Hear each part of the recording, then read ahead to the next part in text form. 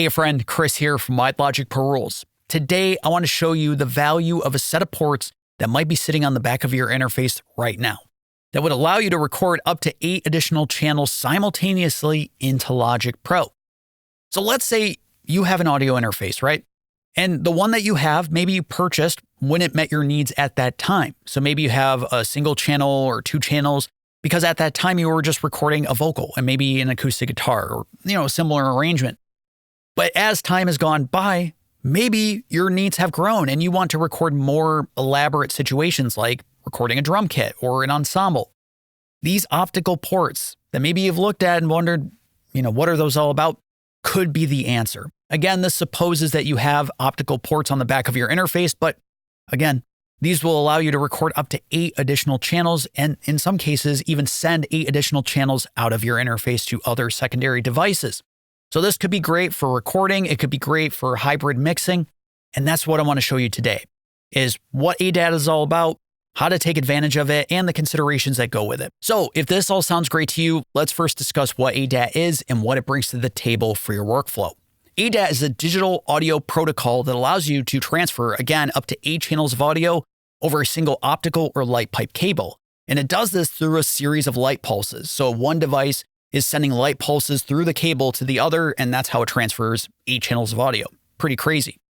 This is an incredibly cost-effective way of expanding your audio interface without having to purchase an interface with 8 or 16 channels of inputs.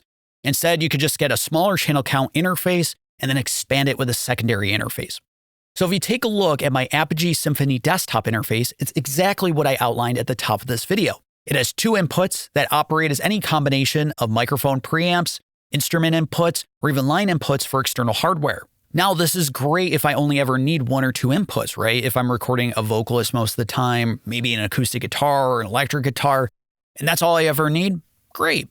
But when I need to record a drum kit or an ensemble or something that's a little more complex, well, that's where the optical ports on the Symphony desktop come in. So notice there's these ports that look kind of odd, right? They have a little doors or shutters on them. Those are the optical ports. In this case, the Symphony desktop provides 2, allowing up to 8 channels recorded into the device, as well as the ability to send up to 8 channels out of the Symphony desktop. Some interfaces might only have a single optical port, so you can record more channels into the interface, but you can't send more audio out of it. Of course, because we're talking about recording up to 8 more channels through your audio interface into Logic with an interface that doesn't have more preamps to work with, in this case, you're going to need at least one other device that you can connect to the optical ports of your interface using an optical cable. So I want to bring your attention to my Cranborn Audio 500 ADAT expander that I have in my studio rack here. And this is a really cool device. It's exactly as it sounds. It's an ADAT expansion unit that allows you to pass audio both in and out of the unit, to record with, to process with, using 500 series modules. So up to this point, I've only ever been in the box. This is my first foray really into hybrid mixing and outboard gear, and I'm really stoked about it. At this moment, I have 2 of the Cranborn Audio Camden preamps, which are 2 pristine clean preamps that also have some analog saturation, as well as 2 of Cranborn's Carnaby 500 series harmonic EQs, which are 3-band EQs that can be synced together that provide not only EQing, but also harmonic saturation with each band. So here's what you're going to need. Number 1, obviously, you'll need an audio interface that has at least 1 optical input on the back of it. Number 2, you're going to need an optical cable.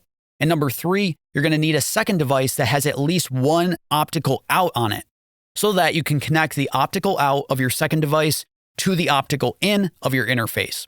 In my case, the Apogee Symphony desktop has 2 optical ports, an input and an output. So this allows me to send audio into the interface as well as send audio out of the interface. Luckily, the Cranborn 500 ADAT expander also has 2 optical ports. So the way to connect these 2 devices together so I can take advantage of 8 channels both in and out is to connect the optical out of the 500 ADAT expander into the optical input of the Symphony desktop. This way I could take advantage of my Cranborn Camden preamps and record 2 more preamps or channels through the Symphony desktop in the Logic Pro. And if I decide later on as I'm producing and mixing that I want to send audio out of Logic Pro into the Camden Pre, for example, to take advantage of that analog saturation, or use the Carnaby EQ to tonally shape my track, I can do that using the optical out of the Symphony desktop into the optical in of the 500 ADAT expander. All right, so you have your interface and it's connected to your Mac. And you have the second device that you've connected to the interface using the optical out on the second device to the optical in. And you're using the second device, obviously, to expand the channel count that you can record simultaneously into Logic Pro. It's time to record now, right?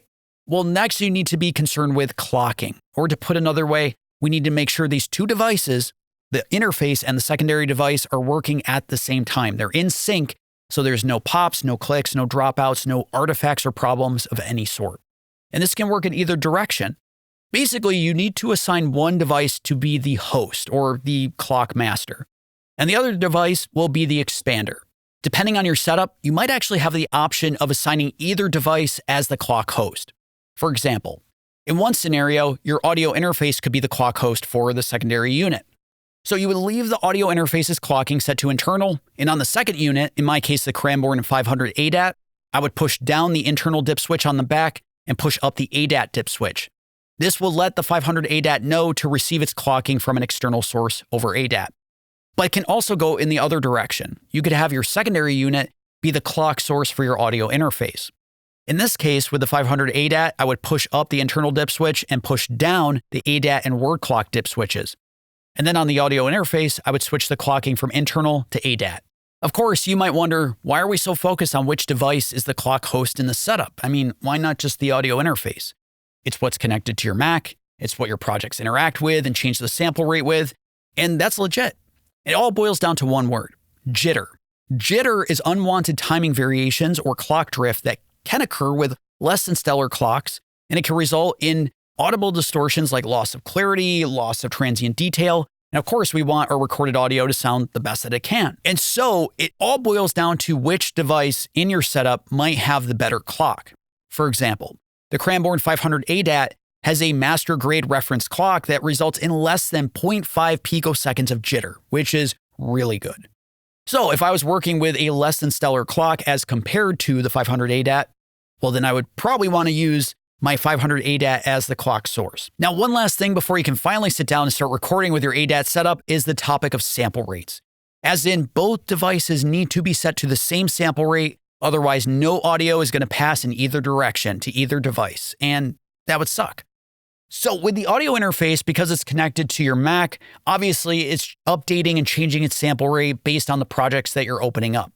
While your second unit or the expander is not getting that information. So you need a way to be able to switch the sample rate on the unit. And in some cases, it's a breeze. In other cases, it can be a real pain. For example, some expanders provide a switch right on the interface that you can press to cycle through different sample rates. So that's pretty convenient, just allowing you to be able to change the sample rate as you need to. Whereas if you're not using a dedicated expander, but an extra audio interface at your disposal, you might have to connect the interface to your Mac so you can open the software mixer for that product to then switch the sample rate. With the Cranborn 500 ADAT, I can actually leave all the sample rate dip switches down, leave the ADAT dip switch up, and it will transparently adjust itself to the incoming information from the audio interface. So I don't even have to adjust the sample rate on the 500 ADAT. Sample rates will also dictate how many channels can pass along each optical port. Notice throughout this video, I've been saying up to 8 channels, and that's because if you're working at base sample rates like 44.1, 48K, it is 8 channels. It's 8 channels in and out. Whereas if you're working at higher sample rates like 80.2, 96K, then it reduces to 4 channels in both directions. All right, with my interface and expander connected with the 500 ADAT clock to the Symphony desktop, let's see if we can do some recording. I'll connect my cable to the Cranborn Camden 500 preamp. From there, I'll dial up a healthy preamp level. Then I'll assign the input of my audio track in Logic Pro to the corresponding Symphony desktop optical input.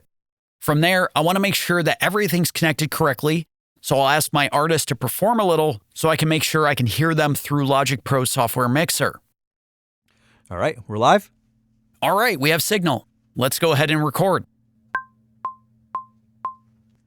What did I miss while I was off the deep end? What did I miss when I came crashing down? What did I miss while I was angry and spiteful? What did I miss? What did I? There you go. If you have an interface that has these crazy looking ports, the optical ports, that's your chance to expand the inputs and maybe even the outputs of your interface, up to 8 channels in total, back and forth. So I hope today's video was helpful for you, and I'll check you for more later. Take care.